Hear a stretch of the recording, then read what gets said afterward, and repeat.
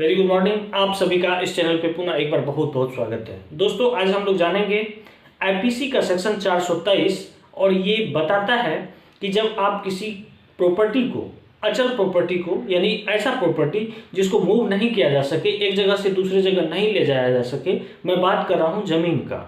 क्योंकि संपत्ति दो तरह के होते हैं, एक चल संपत्ति जिसको एक जगह से दूसरी जगह ले जाया जा सकता है, एक होता है अचल संपत्ति जिसको आप मूव नहीं कर सकते हैं। ऐसी संपत्ति के बारे में 423 आईपीसी बताता है कि अगर आप खरीदते हैं तो, बेचते हैं तो, अगर उसमें गलत स्टेटमेंट का मेंशन कर दिए हैं, गलत प्रविष्टि हो गई है, ऐसी स्थिति में अगर विपक्ष के द्वारा क्लेम किया जाता है, आप पर कंप्लेन किया जाता है, तो क्या सजा का प्रावधान है, सजा का स्वरूप क्या होगा, सजा कितना होगा, जुर्माना क्या होगा, ये समझौता योग्य है या नहीं है, अगर आप पर वारंट होगा तो बेलेबल होगा या नॉन बेलेबल होगा, इन सभी बातों को एक छोटे से क्लिप के माध्यम से हम लोग जानेंगे। और अगर आप नए हैं तो आपसे रिक्वेस्ट है आप चैनल को सब्सक्राइब कीजिए, इसी तरह का इंपोर्टेंट वीडियो आपको मिलता रहेगा। दोस्तों सबसे पहले मैं बता दूं कि अचल संपत्ति को जब कभी आप दूसरे को बेचते हैं यानी सेल करते हैं तो सेल डीड बनाते हैं। डीड बनाने में आप उस जमीन से संबंधित सारा ब्यौरा देते हैं। कहने का मतलब है वो संबंधी आप वो प्रॉपर्टी जो है वो आपके पास कैसे आई, पैतृक रूप में आई, अर्जित रूप में आई, पैतृक संपत्ति है या फिर अर्जित संपत्ति है, उन सभी बातों को आप डिटेल से लिखते हैं।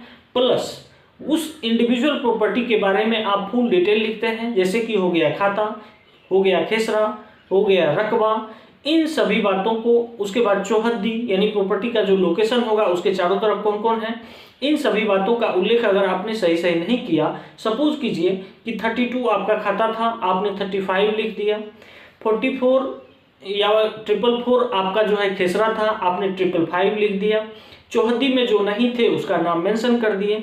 ऐसी स्थिति में अगर आप पर कंप्लेंट किया जाता है तो आईपीसी 423 आप पर लागू होगा, जिसमें 2 साल तक का सजा, जुर्माना या फिर दोनों से दंडित किया जा सकता है।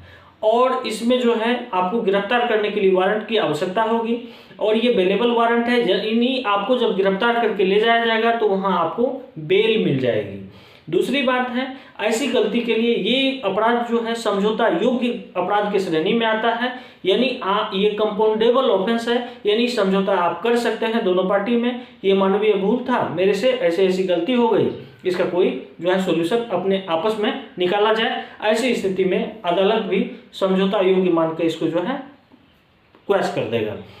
तो दोस्तों 423 आईपीसी के बारे में बताने का मुख्य उद्देश्य था, ये बहुत ही इंपॉर्टेंट है वो हर इंसान के लिए जो जीवन में कभी न कभी प्रॉपर्टी का लेन देन करते हैं, डीड बनाते हैं। ऐसी स्थिति में गलत करने से बचना चाहिए और अगर आप गलत करते हैं तो इसका क्या सजा का प्रावधान है, यही बताने का उद्देश्य था। फिर मिलते हैं नेक्स्ट टॉपिक पे। धन्यवाद।